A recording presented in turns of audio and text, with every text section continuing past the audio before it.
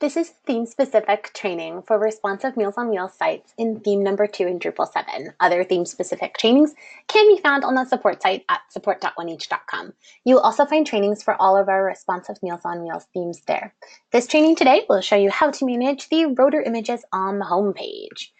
To get started, of course, you have a couple of things you want to think about before even, editing any content in the rotor area. Do you want to switch out a rotor image? Is it just a few adjustments to an existing rotor image? If you need to switch out the large image that appears in that kind of rotating slideshow on the home page, you will want to make sure you have an image that's at least 2,000 pixels wide by 510 pixels tall. Again, that's 2,000 pixels wide by 510 pixels tall. Next, you'll want to make sure that that image is going to be of a landscape orientation. That means if you're using a portrait image that is taller than it is wider, then you might have the tops of heads, maybe the bottoms of feet cut off if you're looking at that picture. So again, you'll potentially want to either choose a different image or make sure that you're using an image that is landscape oriented so you don't potentially miss portion of the action in the image. Okay, so now that you have an image ready to go that's already 2,000 pixels by 510 pixels tall, say we want to add a new rotor image to this slideshow. All you have to do is, number one, make sure you're logged in. Number two, hover over content. You should see an option for add content.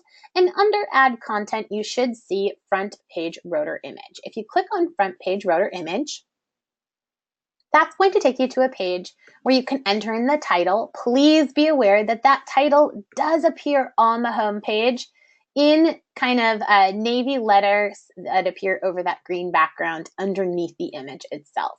So this title is going to appear on the home page. Enter in a title, then you can go ahead and enter in an image. You'll want to browse from your computer. So if you click on browse, you can pull an image of your choosing. Go ahead, upload that image into this area. You do have the ability to use a cropping tool, and that cropper will keep you to the ratio of 2,000 pixels by 510. So if you do have a larger image, you can crop it into a smaller image, but please be aware, this tool does not make smaller images larger. It just makes larger images smaller. So you will need to have an image that is, again, at least 2,000 pixels wide by 510 pixels tall. Next, if you do want this image to link out to another page, you can put in the URL. If it is a page off of your website, you'll want to put in that full URL of that website.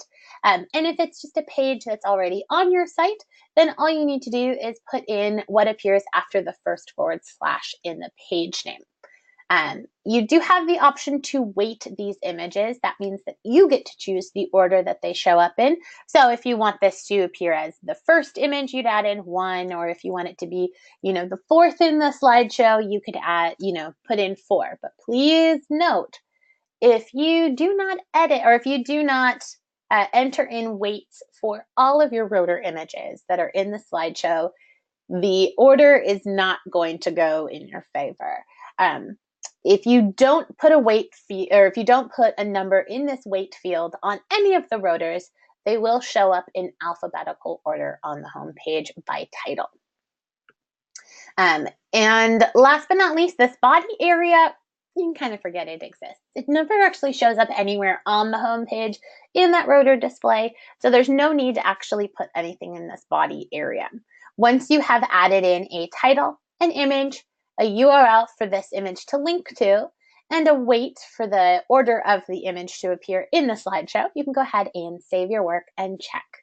The home page slideshow should automatically be updated with that new rotor. Now, once you've created that rotor, if you need to make any adjustments to it or any of the other existing rotors in your slideshow, you'll want to go ahead and click on the word content up in your admin menu. That will actually take you to your content management filter where you will be able to see any of your content. From here, I'm actually going to tell you to filter specifically for your content type. So in this case, I'm going to look for a front page rotor image. Go ahead and filter out my content. You'll see the 3 that are added so far. I can come in here and edit any one of these three. You again can change the title of the image. You can swap out the image. You can remove an image, add in a new image. You also have the ability to change out the URL or the link of the image and add in a weight.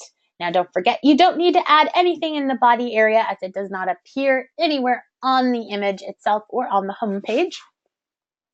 After making any changes, don't forget to save your work.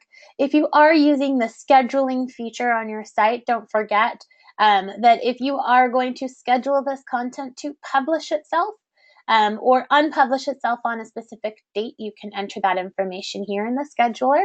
And again, don't forget, if you are trying to have it publish itself on a specific date in the future, then you will want to, before you save your work, you'll want to make sure that rotor has been unpublished. So that way, when it comes time for it to publish itself, it will instead of it already being published. So again, be aware if you are using the scheduler feature, you might need to publish or unpublish the content first to make sure that it's going to fit the needs of the scheduler.